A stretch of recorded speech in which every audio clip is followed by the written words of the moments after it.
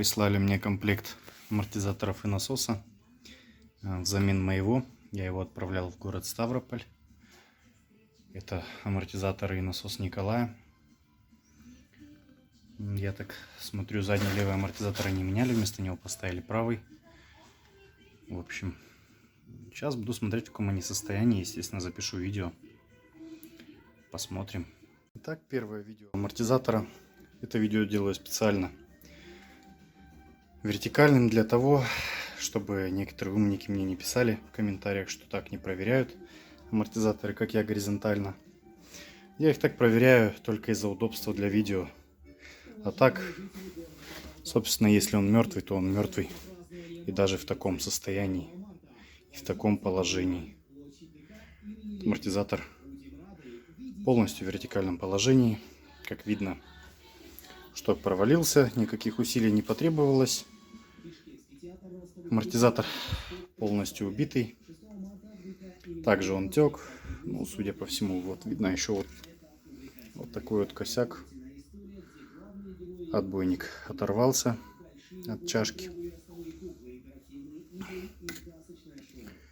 В общем, это состояние до ремонта. Следующее видео покажу после. Итак, второй амортизатор с комплекта из Ставрополя. Вот в таком состоянии отбойник, как вы видите, от него вообще ничего не осталось. Также ошметки. В общем, без каких-либо усилий амортизатор полностью провалился вниз. В общем, амортизатор также мертв. Это состояние до ремонта. Следующее видео будет после. Задний левый амортизатор. Вот здесь написано, что это с правой, но стоял он со стороны левой.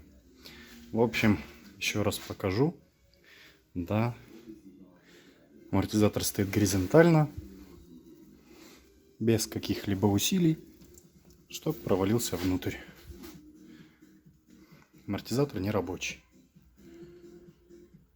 Это состояние до ремонта. Следующее видео будет после.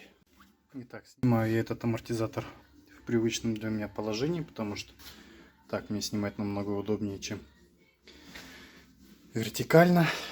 В общем, задний правый, последний амортизатор из Ставрополя. Вот в таком он состоянии. Собственно, то же самое, если я его поставлю горизонтально, результат от этого не изменится.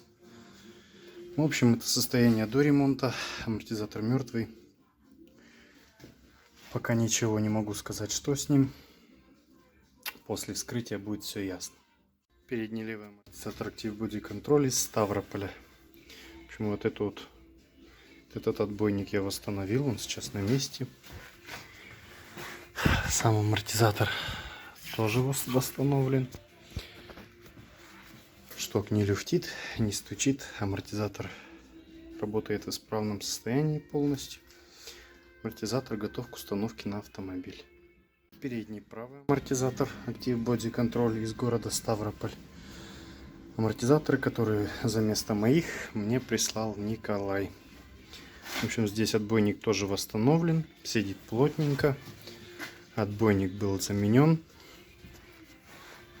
В общем, амортизатор полностью восстановлен. Шток возвращается на свое рабочее место. И амортизатор готов к установке на автомобиль. Этот амортизатор, хоть и написано, что он правый, но стоял он с левой стороны.